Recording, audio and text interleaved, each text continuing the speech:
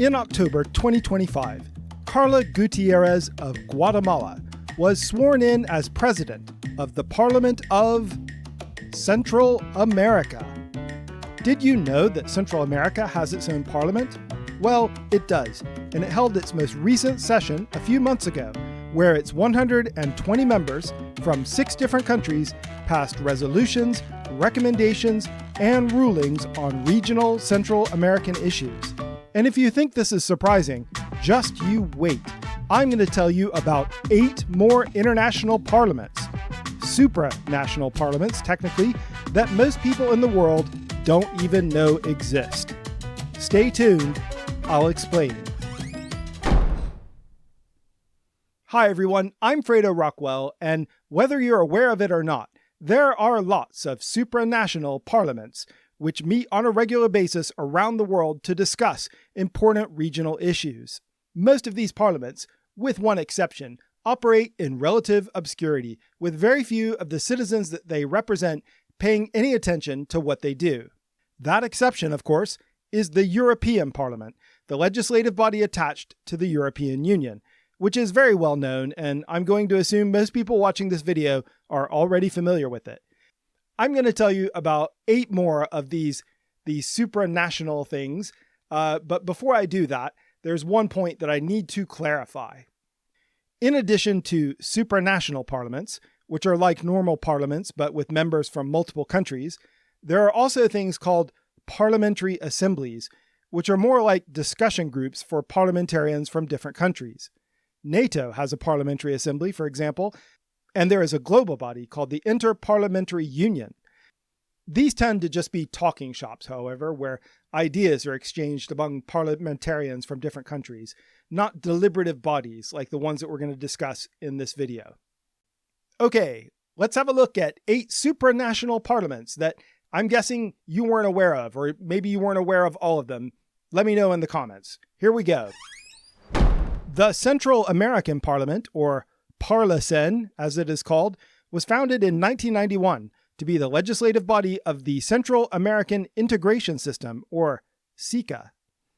Parlacen is headquartered in Guatemala City and currently has 6 member states: Guatemala, El Salvador, Honduras, Nicaragua, Panama, and the Dominican Republic. That one might surprise you. This is the only parliament we'll discuss today which, like the European Parliament, has directly elected representatives, 20 from each member state, plus, and this is a very odd quirk, every president of every member state is given a seat in the parliament after they finish their presidential term, which, while they occupy it, gives them immunity from prosecution. Parlacen's main role is to promote integration between members, but despite this important task and the money being spent to keep it going, it doesn't have a lot of power. It can pass resolutions and recommendations, but not binding legislation. And because of its lack of power, the cost of running it, and it being a way to protect ex-presidents from accountability, Costa Rica has always refused to join Parlacen. Belize has never been a member either, and now El Salvador, run by the autocratic-minded Nayib Bukele, has announced its withdrawal, effective in 2027. So, things are not looking great for Parlacen at the moment. But, as I mentioned previously, it has a new, energetic president, Carla Gutierrez, and I'm sure she'll be working hard to keep Parlacen as relevant as possible to the people of Central America. Next up, the Pan-African Parliament, or PAP. This is the legislature of the African Union, the main international organization for Africa, and was founded in 2004. Unlike the AU, which is headquartered in Addis Ababa, the PAP meets in a convention center in the mid-sized town of Midrand, South Africa, which is kind of odd. 47 of the 55 AU member states participate in the parliament, each sending 5 representatives who are elected by their respective national legislatures, not directly by popular vote, which gives it a whopping 235 members. That's a lot of people, but the PAP, as far as I can tell, doesn't really accomplish an awful lot beyond just talking. It can discuss things and make recommendations to whoever is listening, but again, like Parlacen, it doesn't pass any binding legislation. But despite not having much power, the Parliament can meet up to twice a year for a month each session. It also has 10 permanent committees that must meet at least twice a year, more often if they want to. Last month, the PAP elected a new president, Dr. Fattah Bouteflika of Algeria. His election has been seen as a major diplomatic victory for Algeria, but, well, you be the judge. The Arab Parliament was started in 2005 and is the legislature of the Arab League, a sprawling international organization with 22 member states. These include most of the Arabic-speaking world, although Djibouti and Somalia are decidedly not Arabic-speaking. But anyway, each member state sends 4 indirectly elected representatives to the parliament, currently headquartered in Cairo. It started life in Damascus, but had to leave in 2012 because of the Syrian civil war, and there are plans to move the parliament to Baghdad, which is pretty cool. The parliament meets once a year, but for a long session that runs from October to June. And what does it do? It can pass resolutions and recommendations on the integration of the different member states, but doesn't seem to have a lot of actual power. And I really don't see the purpose to this parliament, even in theory. Is there really a case to be made for integration between this vast range of countries like Somalia, Mauritania, and Lebanon? I could be wrong, but to me this looks like an opportunity for politicians to spend 8 months out of the year in Cairo on an expense account. Cairo is a great city, so that sounds like a lot of fun, so I can't blame them, but I don't really see the point other than that. Okay, if you've been thinking some of these supranational parliaments are a bit pointless and powerless, wait till you see this one. This parliament is so powerless, it basically doesn't exist. I'm talking about the Parliament of the Union State. And you're probably asking, what is the Union State? In the 1990s, Belarus and Russia signed a series of cooperation treaties which, on paper at least, effectively merged the two countries into an entity known as the Union of Belarus and Russia, or more often as just the Union State. And with this notional union, there was notionally a Supreme Soviet, a Council of Ministers, a court system, and yes, a parliament. This parliament would have 2 houses, a House of Representatives and a House of Union.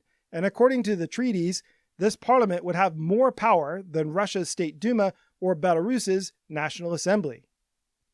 Alexander Lukashenko, the dictator of Belarus, was all in for the Union State in the 1990s when Russia's Boris Yeltsin was increasingly incapacitated and weak, but his enthusiasm cooled quickly after Vladimir Putin ascended to power. And, although the Union State still technically exists, none of the governmental institutions it was meant to have been created. According to the treaty, before the Union Parliament is created, legislative power for the Union State is meant to rest with the Parliamentary Assembly of Belarus and Russia, one of those legislative talking shops I mentioned earlier. Since 2016, the chairman of the assembly has been Vyacheslav Volodin, who is more famous for being chairman of Russia's State Duma. Okay, you may have noticed that the parliaments we've been discussing have been getting successively weaker as we go along. The tide is about to turn. This supranational parliament is arguably the most powerful in the world after the European Parliament. I'm talking about the East Africa Legislative Assembly. This is the legislative body of the East African Community, which includes 8 member states. Based in Arusha, Tanzania, the assembly has 56 members elected by their respective national parliaments, so not directly elected, each serving 5-year terms. What makes the EALA particularly powerful, at least in theory, is that representatives can directly introduce bills themselves, which, if passed and if consented to by the heads of state of each member, all 8 of them, then that bill becomes a law. A real law that supersedes the national laws of the member states. Actually getting a law enacted is, from what I can tell, extremely difficult, but being able to introduce legislation makes the EALA, at least in this respect, more powerful than even the European Parliament, which can only consider bills introduced by the European Commission. However, getting the assent of every head of state in the East African community is very difficult. When the EALA was founded in 2001, there were only 3 member states, Kenya, Tanzania, and Uganda. Today, there are 8, including Somalia and the Democratic Republic of Congo. And as the East African community has grown, the backlog of bills waiting for assent has grown very long. Also, in some respects, the EALA may be too powerful. I don't want to get into the weeds here, but because the EALA has so much control over its agenda, its activities don't always line up with what the executive, the East African Council, wants to do, and the two institutions often end up at loggerheads. Anyway, of all the supranational parliaments we're discussing today, the EALA is the one that its member states have tried the hardest to give real power and authority to. It is currently led by Speaker Joseph Ntakiritimana from Burundi. Okay, lastly, we have a cluster of supranational parliaments, two that exist and one that is proposed, which cover different combinations of South American countries.